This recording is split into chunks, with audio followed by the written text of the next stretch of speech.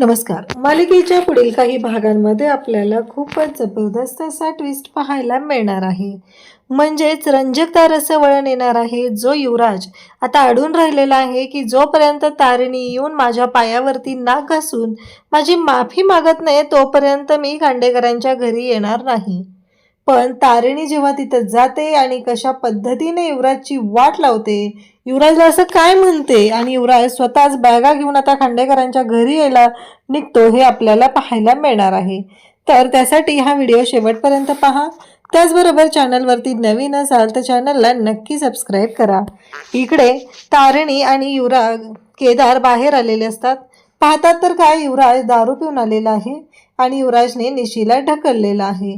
निशीला तर त्याने ढकललेलं असतं, पण निशीला तारिणी सावरते आणि मग तारिणी म्हणते, काय चाललं युवराज भाऊजी, बस झालं हे तुमचं, दारू पिऊन आलात तुम्ही घरात आणि निशीला तुम्ही ढकलताय. तेव्हा तो म्हणतो, माझी बायको आहे, मी तिला ढकलील, मारील, काही करेल. पण चुकलं वहिनी, चुकलं माझं. या आवाजात मी बोलायला नको होतं तुमच्याशी. मारा मारा, मला मारा, माफ करा मला, स्वतःच गालात मारून घेतो. निशी मार्ग, मला सवय झाली, कोणीतरी मला मारलं पाहिजे. या आवाजाने आता पद्मिनी त्याचबरोबर कौशिकी सगळे बाहेर आलेले असतात. कौशिकी म्हणते की स्टॉप दिस नॉनसेन्स युवराज.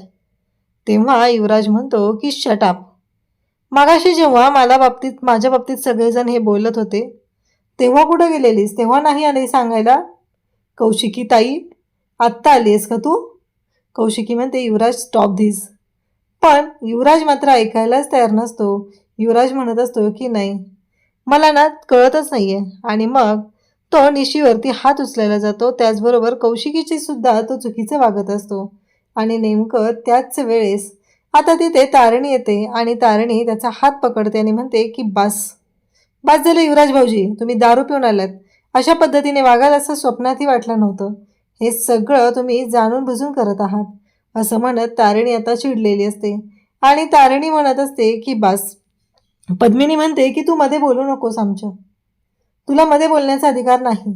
तेव्हा तारिणी म्हणते की मला तो अधिकार आहे, या घरातली मोठी सून आहे मी आणि मला तो अधिकार आहे. त्यामुळे मी मध्ये पडणार आणि मध्ये बोलणार, कारण घरामध्ये जर चुकीच्या गोष्टी घडत असतील तर मला कठोर निर्णय घ्यावे लागणार आहेत. युवराज भाऊजी, तुम्ही घरात थांबू शकत नाही, तुम्हाला शिक्षा भोगावी लागणारच आहे. तेव्हा युवराज म्हणतो, काय करणार तू, पोलिसांना फोन करणार? कर कर कर, पोलिसांना फोन कर आणि सांग त्यांना की मी माझ्या बायकोला मारतोय, मारहाण करतोय, टाक जेलमध्ये टाक. पण मी ऐकून घेणार नाही.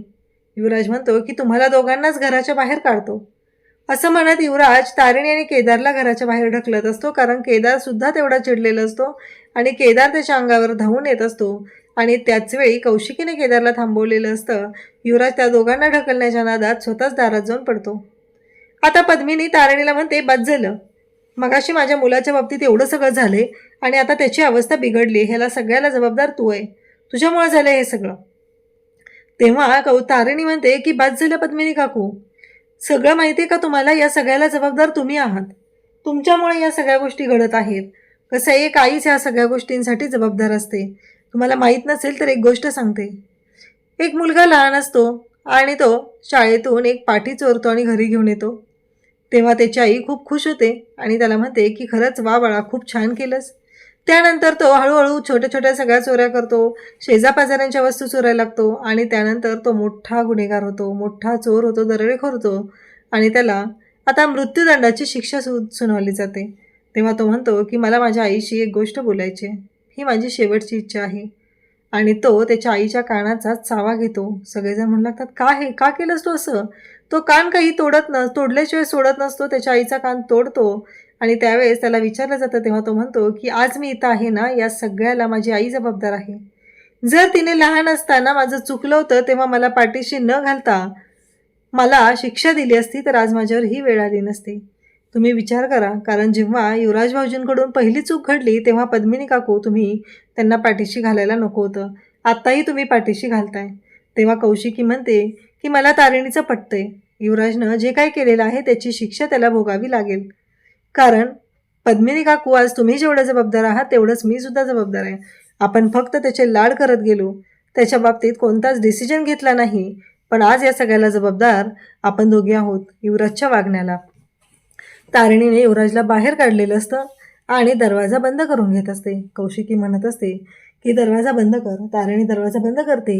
निशी आणि पद्मिनी गोंधळ घालत असतात. तारिणी पद्मिनीच्या समोर येते, हात जोडून उभी राहते आणि म्हणते की माफ करा मला. आत्ता मी जो निर्णय घेतलेला आहे तो युवराज भाऊजींच्या भल्यासाठी घेतलेला आहे. कारण त्यांना त्यांच्या चुकीची जाणीव झाली पाहिजे. कारण ते चुकतायत, त्यांना कळलं पाहिजे की आपण जी काही चूक करतोय यामुळं आपल्या घरातल्यांना त्रास होतोय. आज निशीवर त्याने हात उचलला, तुमच्या सगळ्यांशी उद्धटपणे वागलेला आहे. पण हे सगळं चुकीचं आहे, एवढं लक्षात ठेवा. उद्या आपण त्यांना त्यांच्या चुकीची जाणीव झाली की पुन्हा घरात घेऊया, पण आजची रात्र त्यांना बाहेर राहू द्या. निशी मात्र वेड्यासारखं वागत असते. सगळ्या घरामध्ये आदळापट करायला सुरुवात करते आणि मग तारिणी तिथे येते. म्हणते निशी शांत हो.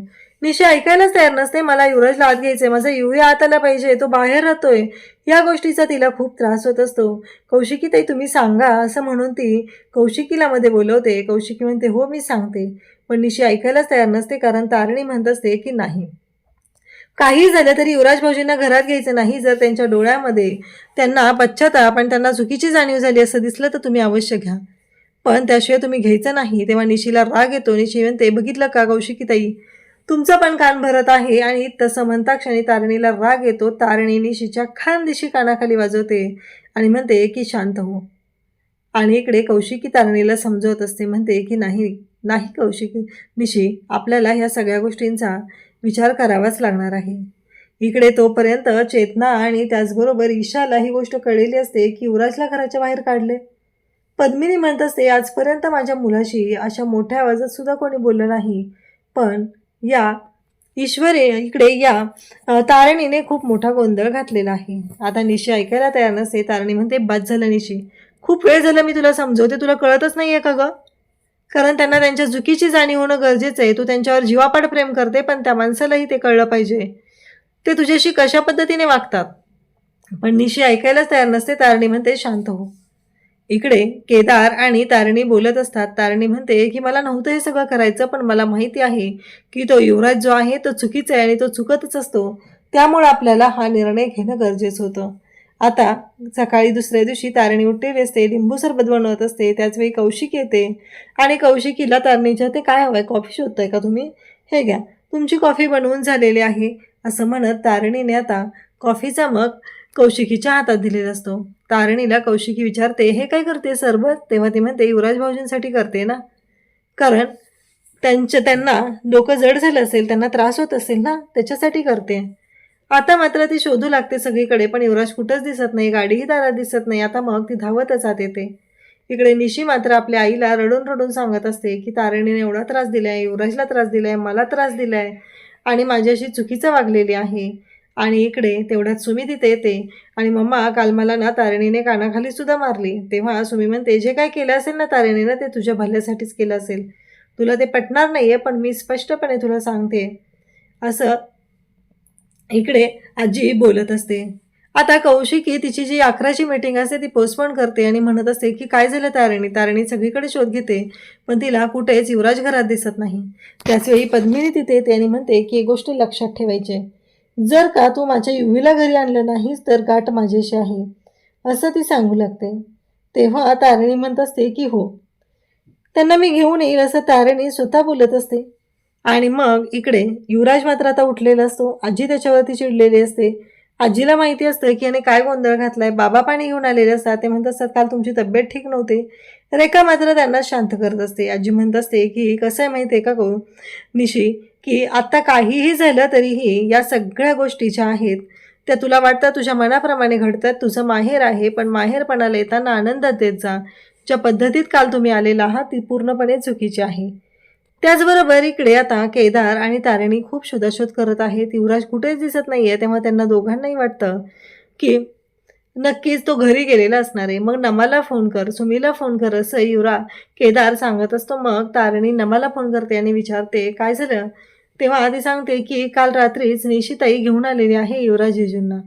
तारिणीला कळतं की आता युवराज कुठं आहे आणि एवढ्या वेळ तारिणीला ह्याच गोष्टीचा क्लू लागत नव्हता. इकडे रेखा मात्र आता तयारी करत असते. काही झालं तरीही इकडे रेखाचं चाललेलं असतं की जावई बापू आणि निशीने इथं निवांत राहावं. आता पद्मिनी जी आहे ती चिडते आणि म्हणते मी माझ्या मुलाला आणायला जाणार आहे. तेव्हा मात्र तिच्या समोर आता या युवराजने अट ठेवलेली आहे की जोपर्यंत तारिणी येऊन माझी माफी मागत नाही तोपर्यंत मी कुठेही येणार नाही. आणि त्याचबरोबर आता तारिणीला पद्मिनी सांगते की संध्याकाळपर्यंत माझा मुलगा मला घरात हवा एवढं लक्षात ठेव, नाहीतर या सगळ्याची फळं भोगायला तयार राहा. इकडे मात्र पद्मिनी आता युवराजला न्यायला आलेली असते, पण युवराज ऐकायला तयार नाही. तो म्हणत असतो की नाही, मी येणारच नाही आहे. आता तारिणी जेव्हा युवराजकडे जाते आणि त्याला एक व्हिडिओ रेकॉर्डिंग ऐकवते, म्हणजेच ऑडिओ रेकॉर्डिंग ऐकवते, त्यामध्ये गुलाब आणि त्याचबरोबर त्याच्या माणसाने इकडे युवराजबरोबर बोललेलं असतं आणि त्यामध्ये स्पष्ट असतं की युवराजने सुपारी दिलेली होती आणि दयानंद खांडेकरांना संपवण्याची. आता मात्र सगळ्यांनाच इकडे धक्का बसतो. तारिणी सणसणीत अशी युवराजच्या कानाखाली देते आणि बाहेर घेऊन येते आणि म्हणते चला. निशी तर ऑलरेडी घाबरलेली असते. युवराज आणि निशीने बॅगा उचललेल्या असतात आणि ते दोघंही आता खांडेकरांच्या घरी राहायला येत असतात. तारिणीने अशा पद्धतीने कमाल केलेली आहे. अशाच अपडेटसाठी चॅनलशी कनेक्ट राहा. थँक्यू.